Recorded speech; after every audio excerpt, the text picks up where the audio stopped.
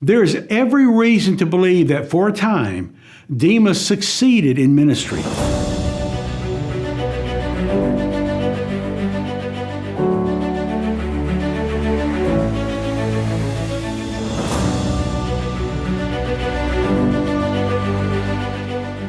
Well, we're back this week with episode number 34, which is the mirror reverse of the last episode. Today we're going to talk about the fact that some missionaries start well, but they end poorly. So as I stated in the previous lesson, in any calling, some start well and end poorly, and others start poorly and end well. The Bible gives us two missionary examples of this dichotomy in Demas and John Mark, whom I addressed in the last lesson. When we read the Bible, especially those who read it every day, we're always fond of saying that every time I read it, I learn something new, and that's certainly true. But here's something else I've learned, is if you have topical studies, that's when you really begin seeing things you never saw before. Because you're looking at a needle in this haystack, a needle in this haystack, a needle in this haystack. But when you put all the needles together, you go, oh, I didn't even realize that. I hadn't put the pieces of the puzzle together. Sometimes it really enlightens us to our viewpoint. Sometimes it shows us that the viewpoint we had about a topic may have been off just a little bit. Maybe we were a little bit judgmental, and Demas is a fine example. Demas was with Paul and Epaphras during Paul's first imprisonment in Rome. He was evidently a fellow prisoner who had chosen to suffer with the apostle rather than enjoy the world's pleasures. Some speculate that Demas was from the church in Thessalonica and left Paul to return home, but no one knows for sure. What is known is that Demas was among the chosen few of Paul's converts or disciples, considered approved and eligible to travel with him and to minister to the apostle himself. There had to have been something in his manner, something in his character, his devotion, or even in his potential, which would cause Paul to invite him to be a team member.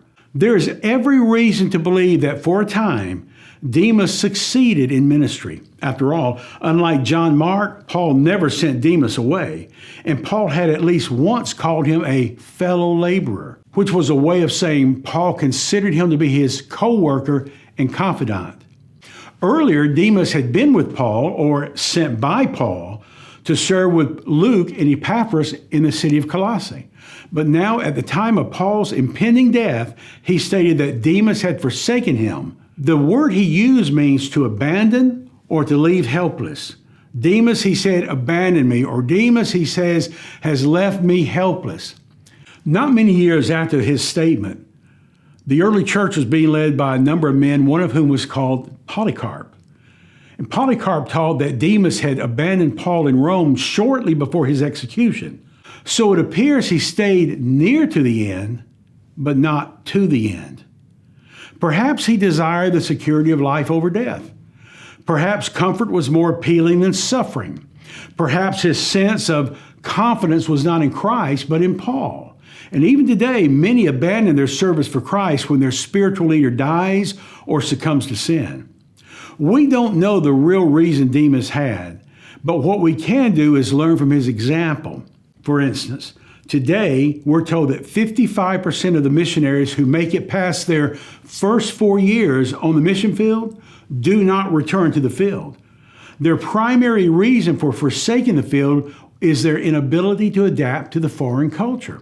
Like Demas, they started well but ended poorly. John Mark, however, started poorly and ended well. Would to God we could all start well and end well. For Demas hath forsaken me is the declaration that followed him into eternity. Even with all the successes he had, he is known for the failure. There is no historical record of him returning to service.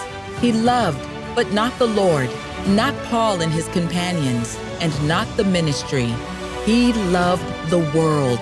We don't know what redirected his love, but we can learn from it and beware of the influence of anything that takes our eyes off the Lord. Where our eyes go, our hearts follow. Oh, be careful, little eyes, what you see. Do you think if Demas had a chance to do it over, He would do it differently? What would you do differently? Think about that for a moment privately. Then put those things behind and move forward for Christ. We hope you've enjoyed this episode in our Understanding the Great Commission series. If you'd like a copy of the book, it's available in paperback, audiobook, and digital download. Just click the link in the description below. Thank you for watching.